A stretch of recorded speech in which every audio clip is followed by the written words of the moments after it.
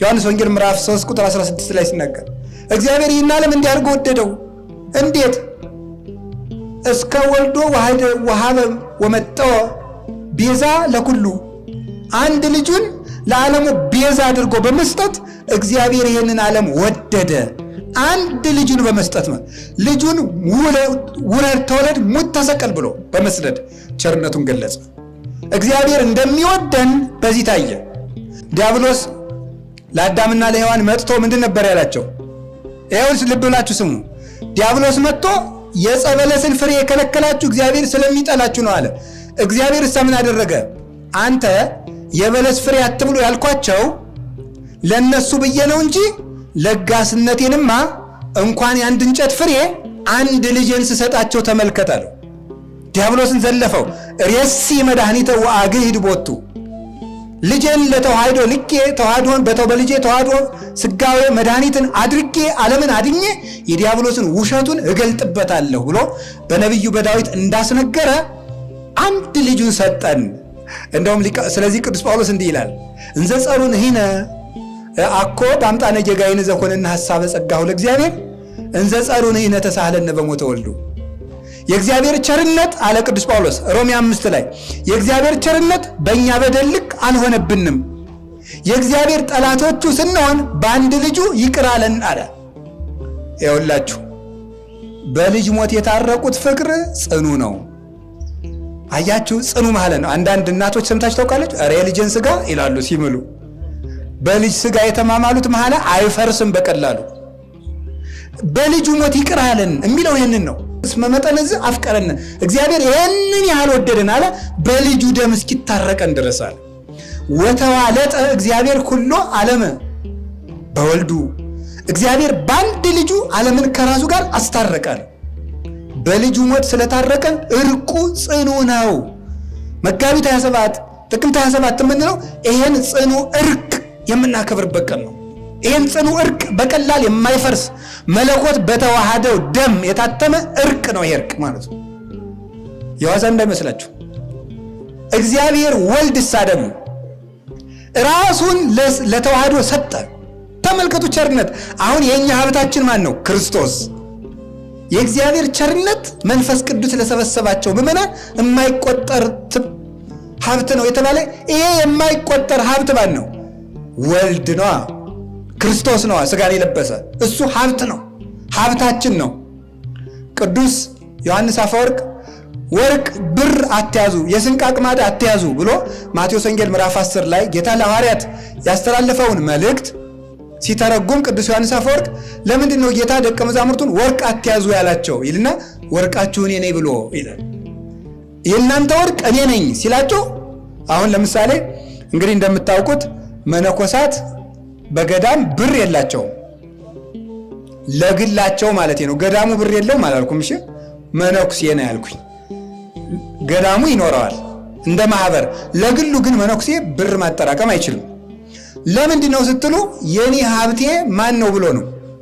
ክርስቶስ ነው ብሎ ነው። የኔ ሀብት ክርስቶስ ነው፣ ወርቅ እሱ ነው ብሎ። የስንቅ አቅማዳ አትያዙ ያላቸው ምግባችሁ እኔ ነኝ ብሎ ነው ይላል። ብር አትያዙ፣ ገንዘባችሁ እኔ ነኝ፣ ክብራችሁ እኔ ነኝ። በትር አትያዙ የተባለ የሚጠብቃችሁ ዱላ ሳይሆን እኔ ነኝ ማለቱ ነው። ለዚህ ነው በመጽሐፈ ኪዳን አቃቢ ነዘይ ይማስን ብለን የምናመሰግነው። የማይለወጥ ጠባቂያችን። ሰው ሲከፋው ይለወጣል፣ ሲርበው ይለወጣል፣ ሲያኮርፍ ይለወጣል፣ ይክዳል፣ ሲያጣ ሲነጣም ይክዳል፣ ሲደለል ይክዳል። ክርስቶስ ግን የማይለወጥ ጠባቂያችን ነው። ሀብታችን፣ ትልቁ ሀብት ለኛ ክርስቶስ ነው። የእግዚአብሔር ቤተሰቦች፣ ሰው ሩጦ ሮጦ ማትረፍ ያለበት ጌታ ነው። እሺ ልብ ብላችሁ ስሙ። እንደዛ ከሆነ የእግዚአብሔር ቸርነት ለምንድን ነው የምንለው? በቸርነቱ እግዚአብሔር ያሳያችሁ ዓለምን የፈጠረ ጌታ የሰው ልጅ ሊሆን መጣ። ልብ በሉ እስቲ። እናንተ ሀብታም ብትሆኑ በድሃ ጎጆ ማደር ትፈልጋላችሁ? ትፈልጋላችሁ? አትፈልጉ። እኛ ትልቅ ሰው ብንሆን በዝቅተኛ ቦታ ማደር እንፈልጋለን? አንፈልግም። ለዚህ ነው እኮ ሊቁ እፎ ቤተ ነዳይ ሀደረ ከመ ምስኪን የሚል። እንዴት ነው በድሃ ቤት ያደረ ምስኪን ይመስል? እንዴት በድሃ ቤት ያድራል? ሁሉ እንደሌለው ማለት ነው። እንዴት ነው በዚህ ያደረው? ይገርማል እኮ ዘመን የማይቆጠርለት ጌታ የ15 ዓመት ቆንጆ ልትወልደው ይመጣል። እንዴት ነው? አይገርማችሁም? እግዚአብሔር እኮ ልንገራችሁ፣ እግዚአብሔር አኮኑ ኩሉ ዓለም ከመነጥበ ጠል በኀበ እግዚአብሔር ዓለም ሁሉ ተደምሮ በእግዚአብሔር ፊት ሲታይ እንደ ጠብታ ውሃ ነው ይላል። እንደ አንዲት ጠብታ።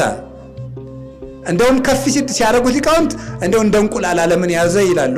እንቁላልን ሰውን በመሃል እጁ እንደሚይዛት እንደው ዓለም እንዲያቀላልናት ይላል። ኢሳይያስ ግን ኧረ እንደው እንደ እንቁላልም አይደለም እንደ ጠብታ አለ። እንዲጠብ የምትለው እንደዚያ የሆነ ዓለም አምላክ ዓለምን ይዞ ምሉ ስፉ መለኮት መጥቶ በ9 ወር ከ5 ቀን 9 ወር ከ5 ቀን በ15 ዓመት ብላቴና ማህፀን ውስጥ ቁጭ ሲል አይገርማችሁ? በጣም ነው የሚገርመው እኮ የድሃይቱ ልጅ ሲሆን መጥቶ ማለት ነው።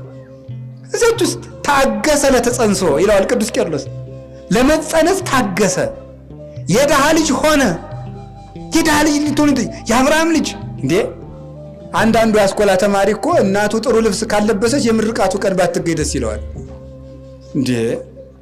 የድሃይቱ ልጅ ሊሆን መጣ። ባለጸጋው መለኮት መጥቶ ከድንግል ማርያም ማኅፀን አደረ። አንበሳውን በግ ታቀፈችው ይላል አባ ጊዮርጊስ። በጊቱ ታቀፈችው። መብረቁን የሰዎች ልጅ ድሃይቱ ልጅ ታቀፈችው። በከንፈሮቿ ሳመችው፣ በጀርባዋ አዘለችው። እንደ ልጅ ተመላለሰ፣ እንደ ሰው ተሰደደ።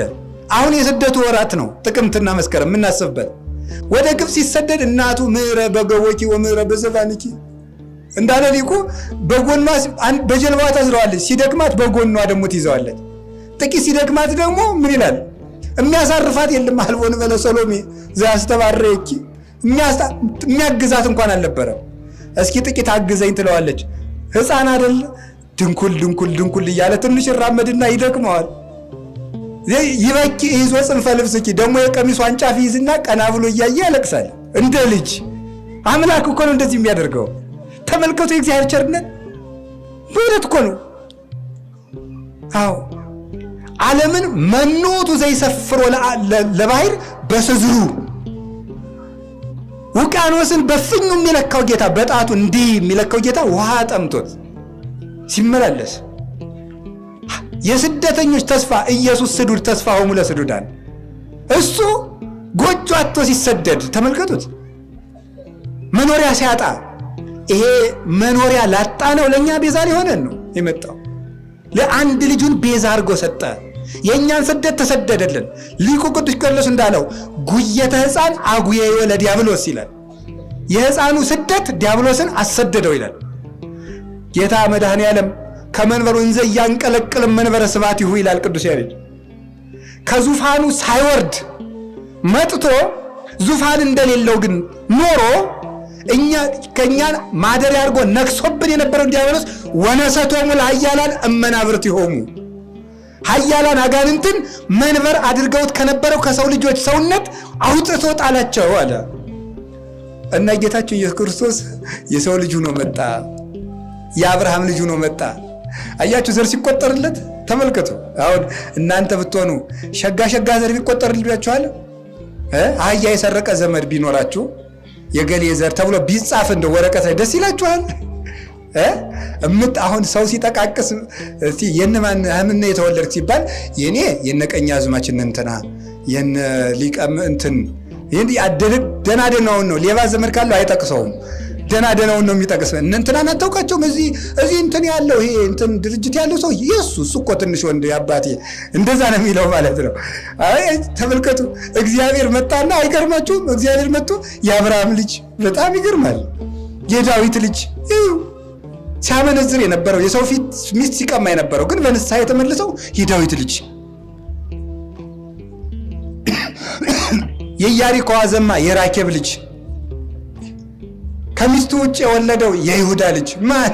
ክርስቶስ ሳያፍር አይገቱ እያፈር በይለ አውየ ወንድሞቼ ምናቸው ማለትን አያፍርብንም። በእኛ የእኛን ስጋ መልበሱን ያስደንቃል። ለህይወቴ